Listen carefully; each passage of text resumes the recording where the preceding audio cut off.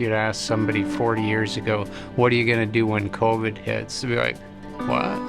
Or can you imagine a flood that's just going to wipe out everything, or fires, or, you name it. The beauty of what those folks started 40 years ago is that it can be responsive to needs.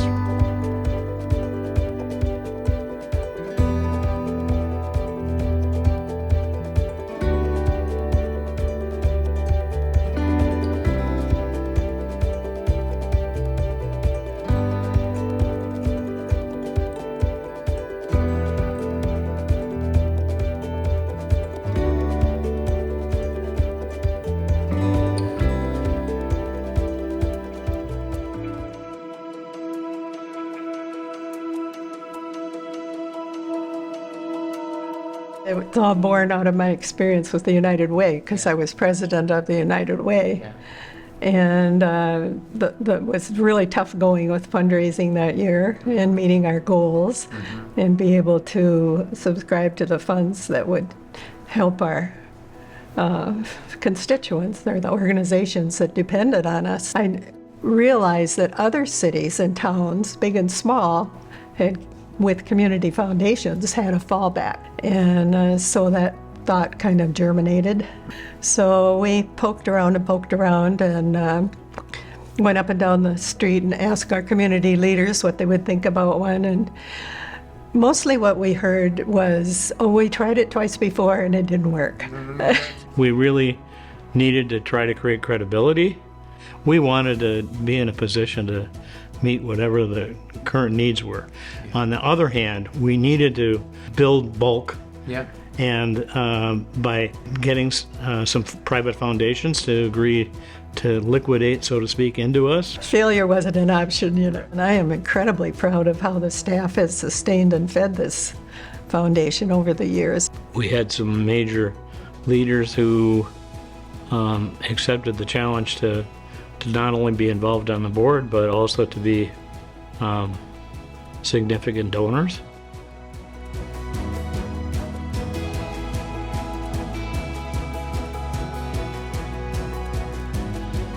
The beauty of community foundations, and they're over 100 years old now, is it's about your community. We are invested in neighbors and neighborhoods and people and place.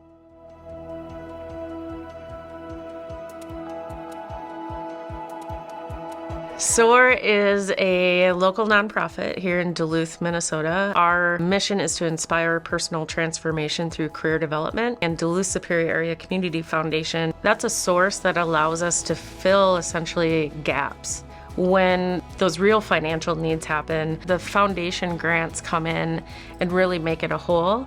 And about the time I turned 29, I thought, what am I going to be when I grow up? And they suggested that I do some interest inventory testing, and I scored really high in areas that were law enforcement related. So from church secretary to police officer, that's kind of a leap. I started out on the street, and then I was a lieutenant. From there, I got promoted to deputy chief.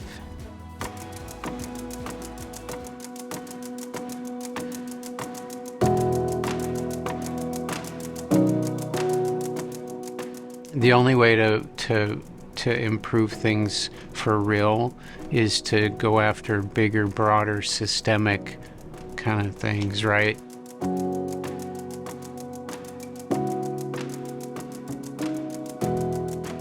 The Duluth Superior Area Community Foundation has played a significant role in funding so many aspects of our program, particularly at the Steve O'Neill Apartments. There are 44 apartments here with under 200 persons living in this building, and the majority of those are children. The Community Area Foundation was there to provide the funding for us to help us to adjust and to develop the kind of early childhood programming that would be of relevance to families.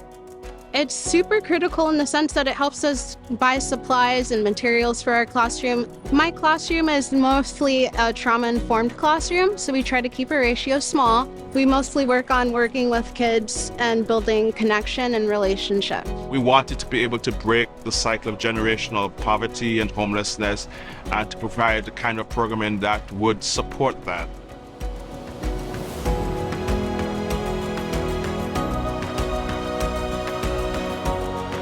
I believe in a tomorrow where everyone belongs and everyone thrives. I believe in a future where, children have that opportunity to have trained teachers in trauma-informed scenarios. I believe in a tomorrow where everyone gets a second chance. I believe in a tomorrow where all are housed and can put food on their table and have the means to sustain themselves. I believe in a tomorrow where agencies don't have to fight for dollars to provide the resources for people who want to move forward